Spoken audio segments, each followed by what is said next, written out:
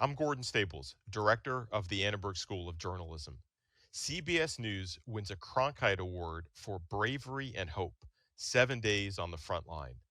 Judges lauded this harrowing documentary about a Bronx hospital at the pandemic's epicenter as moving and at times heartbreaking, a first draft of history, and an extraordinary public service. CBS News veterans Guy Campanile and Mitch Weitzner secured remarkable access for Campanile and CBS News producers Andrew Bast, Sean Herbert, and Gilad Thaler. At immense personal risk, they let ER and critical care workers, patients, and loved ones tell their stories without a correspondent or narration, and capturing their dedication, the horror, and their exhaustion, and cut through the fog of misinformation and disinformation. Let's watch. We're sitting right here in the command center. 7.2C. We built this basically within 2 weeks' time to be able to provide some kind of resource to all of the critically ill patients throughout the hospital. I have the medicine bag.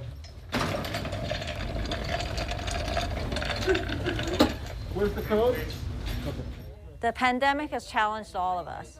There are more patients who are critically ill, on ventilators, Give me a second by car. with multiple organ failures than has ever been seen before. I moved up to 449. 449? 449.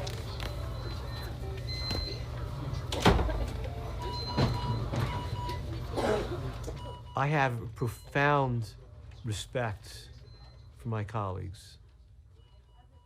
They're the ones who are there every day on the front lines, going in those rooms with the patients. Let me just see. They're the ones who are taking the biggest risk. We're all vulnerable. Any of us can get it. I would like to introduce myself. I'm Dr. Badillo. A lot of the patients, when we come to them, we're wearing this whole outfit. It could be a little scary. So someone thought of the idea that if we had our pictures next to our name, they could see a friendly smile and let them see that we're real people who care about them and want to take good care of them. So what happened? What made you come to the hospital today? I came in here. I feel so sick. You felt so sick. I can't breathe. You can't breathe. Many patients don't just come in with shortness of breath. They don't come in with the classic cough. It's very insidious how it presents itself. Is there someone you want to call? I could put up on FaceTime on my phone, and you could talk to someone if you want. Accepting for the CBS News team, co-executive producer Guy Campanile. On behalf of the entire CBS News team behind Bravery and Hope, 7 days in the front line, I wish to extend our sincerest gratitude to the judges who recognize our work with the Cronkite Award. There were two things that we ached to do when we set off on this project. The first is to get through it without anyone getting sick, and somehow fortune smiled on us, and none of our brave producers and technicians who spent a week in the epicenter of the COVID outbreak last year contracted the disease. The second thing that we hoped above all was to reveal the truth about just how devastating and horrific this disease was. At the time, it struck us that many in the media and in the White House were still saying that the disease was a hoax, that COVID-19 would pass quickly, that there was nothing to worry about. And that was the driving motivation to take the risk that our people did, to spend a week in Montefiore Hospital with doctors and nurses on the front lines, bringing to our viewers unvarnished truth, something Walter Cronkite did every night of the week on the CBS Evening News. You know, there still are some of us at CBS News who knew Walter. I didn't know him well, but I follow, and my colleagues follow his example each and every day.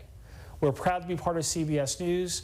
We're proud to follow in Walter Cronkite's footsteps, and we're most proud of being recognized with this Cronkite Award. Thank you.